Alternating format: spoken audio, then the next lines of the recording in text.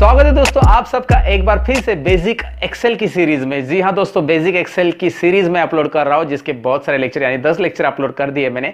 तो यहाँ पे डिस्क्रिप्शन में उसकी लिंक दी है, आप देख सकते हैं, या फिर वीडियो में यहाँ पे आई बटन दिख रहा है उसके अंदर भी उसकी लिंक है दोस्तों, तो आप जरूर देख लेना वो सब वीडियोस। लेकिन आज की वीडियो में मैं आपको बताने वाला हूं और एक बेसिक टॉपिक शॉर्ट के बारे में। दरअसल शॉर्ट तो सबको आता है, लेकिन शॉर्ट के ये जो पॉइंट्स मैं आपको पढ़ाने वाला हूं, यहाँ पे आपको दिखाई दे रहा है एक डायलॉग बॉक्स जिसमें ऐड लेवल होता है, delete level, copy level, my data has a header, options, ये कैसे यूज करना है, मतलब आपको सॉर्ट बाय या देन बाय कैसे यूज करना रहता है, ये डिटेल्स में मैं आज समझाने वाला हूँ। और इसका भी यूज हो सकता है आपको जॉब के लिए, तो कैसे यूज करना ये प्रैक्टिकली अगर नहीं जानते तो वीडियो पूरा देखिए, जानते हैं तो वीडियो स्किप कीजिए। मैं आपका टाइम नहीं वेस्ट करना चाहता हूं, सीधी सी बात बोल देता हूं दोस्तों। तो चलिए इंतजार किस बात का, शुरू करते हैं आज का ये इंटरेस्टिंग टॉपिक जो आपको एक्सेल में बना देगा धीरे धीरे expert. Let's begin to learn this. तो दोस्तों वीडियो में आगे बने रहने के लिए धन्यवाद देता हूं आपका। तो शुरू करता हूं मैं आपको ये पढ़ाने के लिए कि ये सॉर्ट करते कैसे। तो चलिए एक्सेल की फाइल पहले यहां पे ओपन कर देता हूं, और ओपन करने के लिए हमेशा की तरह मैजिक करता हूं। Let's begin. Okay, excel start कर दिया मैंने, जिसमें डेटा आपको दिखाई दे रहा है दोस्तों, और डेटा के साथ ही मैंने यहाँ पे लिया बेसिक डेटा लिया है। यहाँ पे आपको दिखाई दे रहा है सीरियल नंबर का कॉलम है, उसके बाद प्रोडक्ट दिया है, उसके बाद सिटी दिया है और सेल्स दिया है। ये 4 कॉलम आपको दिखाई दे रहे हैं। तो इसमें मैं अभी सॉर्ट करना चाहता हूँ। तो सॉर्ट बेसिकली सबको आता है। सॉर्ट मतलब असेंडिंग एंड डिसेंडिंग ऑर्डर रहता है। असेंडिंग ऑर्डर यानी A to Z अगर वो अल्फाबेट है, और डिसेंडिंग ऑर्डर यानी Z to A अल्फाबेट में। अगर वो न्यूमेरिक ऑर्डर है तो असेंडिंग मतलब 1 2 3 4 5 6 लाइक दिस, और डिसेंडिंग ऑर्डर यानी कि लाइक 100 है तो 100 से नीचे 99 वगैरह, या 10 है तो 10 9 8 7 इस तरह से। सो डिसेंडिंग और असेंडिंग ऑर्डर तो सबको पता रहते हैं सॉर्ट के अंदर, नहीं पता है तो ये मैंने बता दिया फिलहाल अभी। तो मैं आपको बताऊं कि असेंडिंग और डिसेंडिंग बेसिकली कैसे करते हैं, ये यहाँ पे देखते हैं हम लोग अभी। तो यहाँ पे सबसे पहले मैं सेकेंड कॉलम को सिलेक्ट करता हूँ जहाँ पे मैंने प्रोडक्ट लिखे हैं, तो प्रोडक्ट को मैं सिलेक्ट कर रहा हूँ। और उसके बाद ऊपर डेटा टैब में सॉर्ट है, होम टैब में भी सॉर्ट रहता है भैया, डेटा टैब में भी रहता है। तो डेटा टैब में कहाँ पे, यहाँ पे हाईलाइट करके आपको दिख रहा है। चलिए होम टैब का भी देख लीजिए। होम टैब में यहाँ पे राइट कॉर्नर में जैसे मैंने फिल्टर बताया था आपको, वैसे ही यहाँ पे सॉर्ट ऑप्शंस भी है।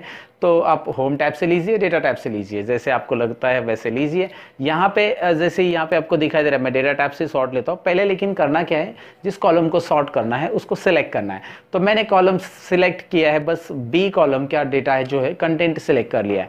तो अब मैं यहाँ पे सिलेक्ट करने के बाद डायरेक्टली डेटा टैब पे क्लिक कर रहा हूँ। मैं आपको A to Z भी ऑप्शन है, Z to A भी ऑप्शन है। तो आप यहाँ से डायरेक्ट अगर आपको चाहते हैं आप ABCD मतलब A to Z सॉर्ट करना, तो आप A to Z वाला सॉर्ट ले सकते हैं असेंडिंग वाला, और Z to A लेंगे तो डिसेंडिंग वाला ले सकते हैं। और यहाँ पे A to Z ऑप्शन जो दिखाई दे रहा है इस पे मैं क्लिक कर देता हूँ। जैसे मैं क्लिक करूंगा यहाँ पे ऑप्शन आ रहा है, कुछ सॉर्ट की तरफ से वार्निंग आ रहा है। ये डायलॉग बॉक्स जरा पढ़ लीजिए।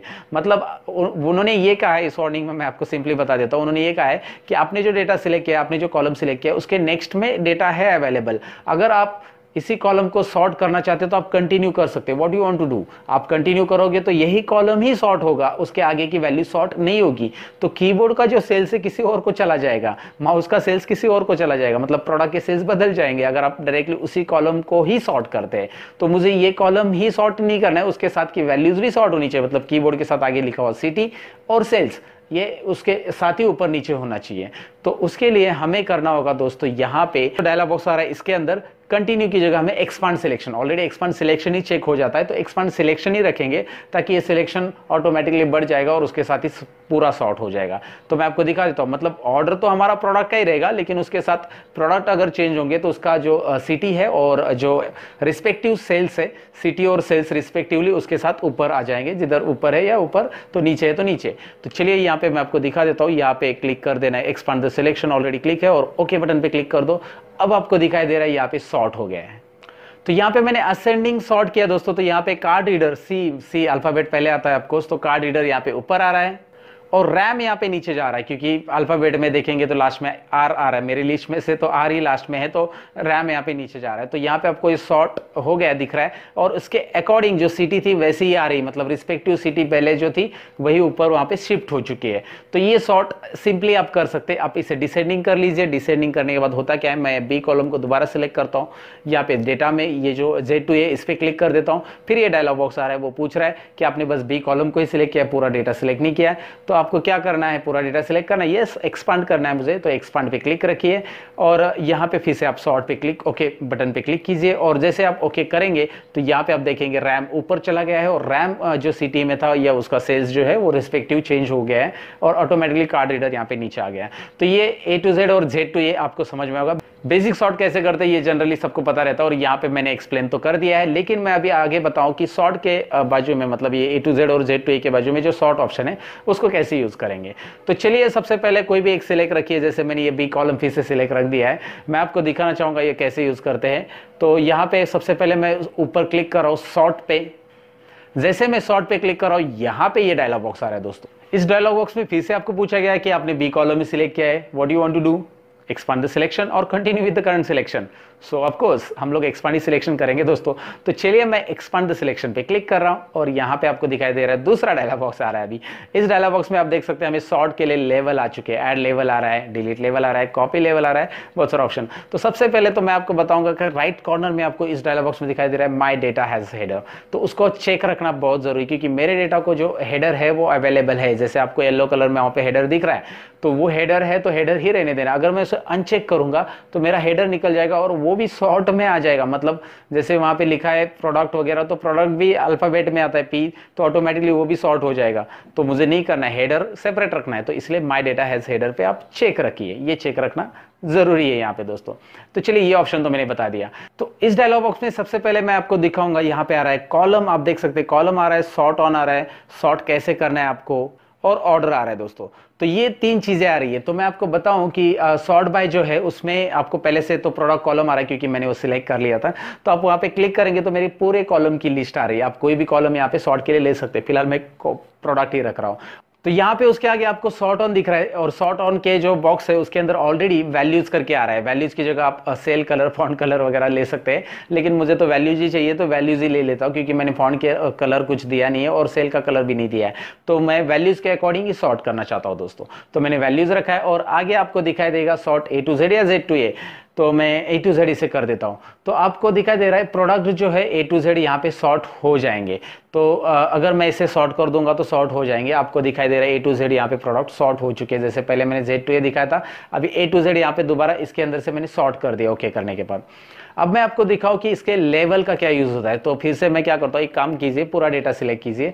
पूरा डेटा सिलेक्ट करने के बाद जाना है डायरेक्टली आपको सॉर्ट के ऊपर। जब पूरा डेटा आप सिलेक्ट कर लेते हो तो यहाँ पे वो डायलॉग बॉक्स नहीं आएगा, मतलब सॉर्ट का वार्निंग नहीं आएगा, डायरेक्टली फाइनल डायलॉग बॉक्स आ जाएगा। जैसे वार्निंग का डायलॉग बॉक्स पहले आता था, क्यों आता था, क्योंकि मैं एक ही कॉलम सिलेक्ट करता था दोस्तों।